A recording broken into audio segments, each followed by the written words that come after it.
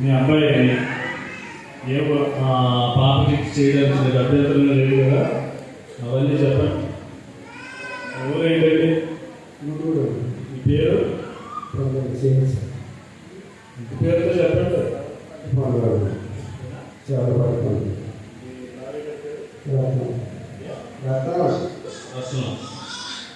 గుడ్డుగూడెం గ్రామానికి సంబంధించిన చౌలపాటి పండు అలాగే రత్నం వారి యొక్క దంపతులు మీ సంతానం గురించి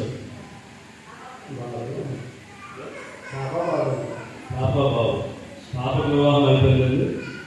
ఇప్పుడు మీ బాబుని నవ్యోగించి చేయడానికి మీకు అంగీకారమేనా? అవునండి. మీరు మాట్లాడుతున్న మాటలన్నీ కరెక్ట్గానే ఉన్నట్టున్నా? అవునండి. అమ్మ మీ పేరు?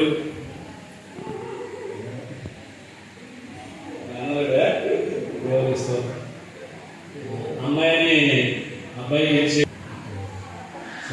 సంతోషం. తల్లిదండ్రులు అంగీకారాన్ని తెలియజేశారు. మరి మీరిద్దరూ జతపరచడం వాస్తవానికి నిశ్చితార్థమే ప్రధానం కాదు. అర్థమైందమ్మా? మీరిద్దరూ జతపరచడం మాకు అంగీకారమే అన్నవారు ఓకే. దేవుడు మిమ్మల్ని దీవించండి.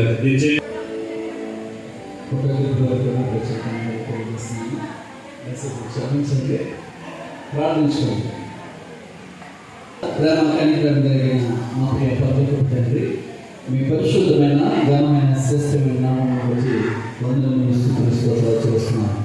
అయినా ఈ ఇరు కుటుంబాలను ప్రేమించి వేరు వేరు గ్రామాల్లో ఉన్నటువంటి పిల్లలను ఐక్యపరచడానికి అనిల్ కుమార్ను నడిశ్రీని నేను నా ఎముకలలో ఎముక నా శరీరంలో దైవజనులను కూడాల్సిన సమస్త ప్రజానీకాన్ని నీ కృపరాశంగా ప్రకటిస్తుంది.